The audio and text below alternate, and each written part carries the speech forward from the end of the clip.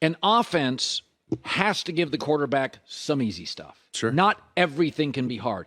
I watched the Chargers last night, and some of this is Justin is terrific. 7 or 8 layups. Eckler, Everett, just curl breathers. layups. Yep. Denver has no easy plays. And now, is that coaching? Is it Russ?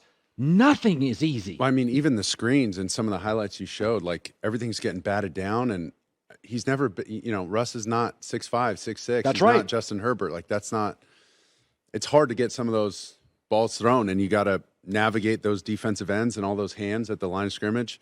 But bottom line to me, I mean, they threw for 161 yards. Their opening script looked great. They went right down the field. It was 10 for 10. And then after that, I mean, talk about falling off a cliff. It just like was over. They threw for 161 and had 151 yards in penalty. Like you only threw for 10 more yards than you got penalized. I mean, that was wild. And I heard Schlereth going in this morning, but he's not wrong. It's Can I throw something at you? It's hard to watch. It's tough. You know this. But they're bad in the red zone too. Like they get down there and they're 0 on goal to go situations. And those are, listen, the windows get tight. The DBs aren't worried about people running by them, so they squat on stuff. Yes, it gets tight. But I mean, you got to find a way to catch and run, catch and knife up the field and something, Well, I don't know. It just, it looked rough there. So I can criticize Aaron Rodgers for not connecting with young receivers. But in fairness, I heard this during the offseason. I had heard that Judy was really immature. And at some point, I saw a story last week that to get a hold of Russell Wilson, you have to talk to his manager. And I thought, oh, don't do that. But here's what I see. Here's what my eyes tell me, Mark. That Russell and these receivers, they don't hang. It's not a relationship. Like, he does not trust those receivers. And I don't have the answer, but Mark, there is nothing there. It doesn't look like there's any kind of feel, any kind of camaraderie, but I don't know. I'm not in the locker room. I don't, Right. Thursday night. Camaraderie is a good word. But I don't know if they go to dinner on Thursday night. Like you try and hang with your guys, your O-line, whatever. I don't know what that situation is, but to bring a guy in like that, and don't forget now, Coach Hackett's there for Aaron Rodgers, right? They wanted Aaron Rodgers, right? I don't think it's fair to forget that. So this is their second option. And it's a hell of a second option based on his resume. I mean, Russell Wilson's a great player. It's just not fitting. It's just not working out the way they envisioned. And, I mean, the silly stuff that beats yourself, the penalty stuff, like that you can't have. That, you got to overcome that. And it's tough to do it. It makes it even tougher on an offense that's struggling already, and then you're going to go shoot yourself in the foot and back yourself up. It's tough. And then on the Aaron Rodgers stuff, I just feel like, he hurt his thumb on that Hail Mary, right, in London, our game. And not the same right now. It's just, you could tell it was bugging him. And hats off to him. He gutted it out, right? But it's the same thing with Dak or anybody who's hurt and you go play. As soon as you step on the field, unfortunately, nobody cares, right? Like nobody, your ribs hurt, Justin Herbert? Oh, well, and then you go lay an egg in a game?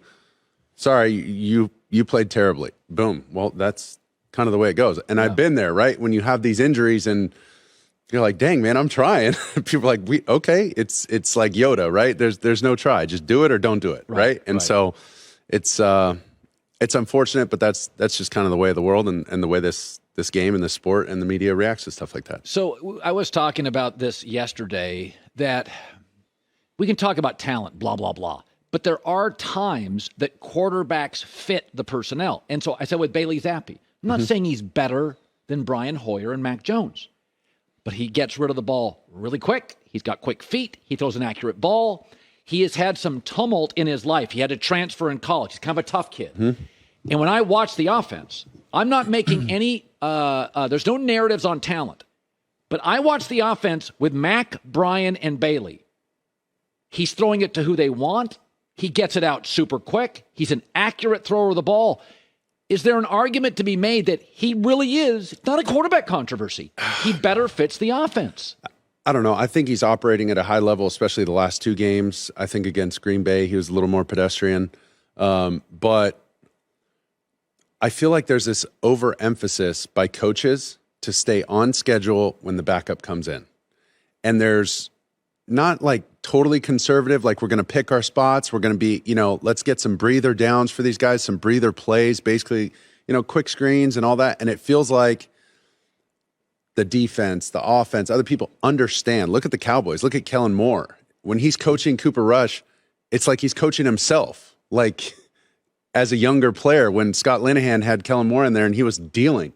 Well, you almost put this emphasis on yourself as the coordinator to make it perfect for the guy, eliminate issues for the guy. The way Pete Carroll used to help Russell Wilson and save him from some of his own issues, right? And protect him from himself at times. And when you bring in the backup, whether it's Zappe or anybody, everybody has this effort and attention to help the guy out. Let's keep him upright. O-line, that extra half-second strain to keep him upright and not get edged by a defensive lineman and get him hit in the back of the head. Let's do whatever we can. And so everybody has this kind of emphasis on it, and it makes those guys look a little bit better generally. Yeah. It's weird. I really like Kyler Murray. I love the way the ball comes out of his hand. He's small. I get it. Size is a trait. It's hard. It's hard. I mean, I'm 6'2". You are significantly taller than me. I mean, we're talking a little bit taller, but the bottom line is, at times it was hard for me to see, and I'm 6'2" and a little change. Like, so what? When you I can only imagine for Russ, for Kyler, even for Drew Brees, like that was just an anomaly. The way he could find passing lanes and windows within the offensive lineman. It's a testament to him and how he could anticipate throws over the middle and stuff when it gets murky in there. And that's kind of the deal on Kyler. Like when you talk to these defensive coordinators, this is what we're going to do. We're going to silo him in the pocket, try and mirror rush our outside guys. Generally, you have one go high and one go low. That's defensive ends, right?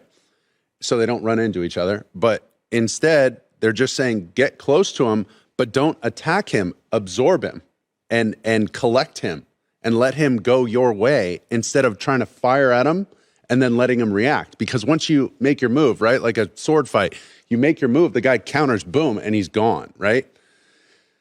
So they just kind of keep him in there. And then the other trick is like, don't even rush that hard. Give me the 4 or 5 hard steps quickly up front and muddy up those 2 A-gaps. That's right. Especially the right side. If we're not going to get the left side, fine, but he's a right-handed guy. So just get that front side A and B gap muddy. Work your games in there, your tackle and end stunts, your nose tackle stunt, all that.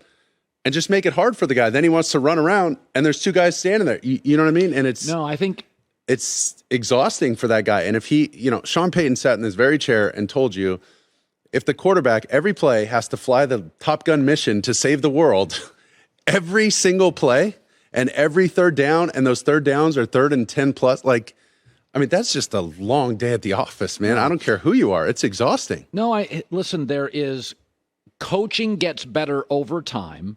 Russell comes into the league and Kyler comes into the league. And I do think there's a little bit of a book now. Mm-hmm. People watch film, to your point. They muddy up their throwing side gap. Mm-hmm. And like Russell last night on deep throws was literally throwing. You could see it. He was straining. The thing was almost like touching the ceiling of the roof of the SoFi Stadium. Right. But his best throws were on the run to his right.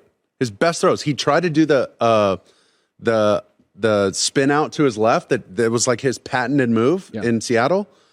And Derwin James and their defensive end was all over. You could tell Staley coached the heck out of that all week. Like, do not get beat this way. He's so comfortable spinning out to his left, and it's so unorthodox for a right-handed quarterback to like to go that way. And Russell made it, part of his game. It was like the fadeaway jumper for Jordan. Like, it was just a part of his game. Yep. And they took it away and made it tough on him. Good stuff. Mark Sanchez, don't go anywhere. Really breaking it down. Smart stuff. Hi, everybody. Thanks for watching. Subscribe here to get the latest from the show. Also, be sure to check out more of the best clips from The Herd or go watch a few segments from other shows on FS1.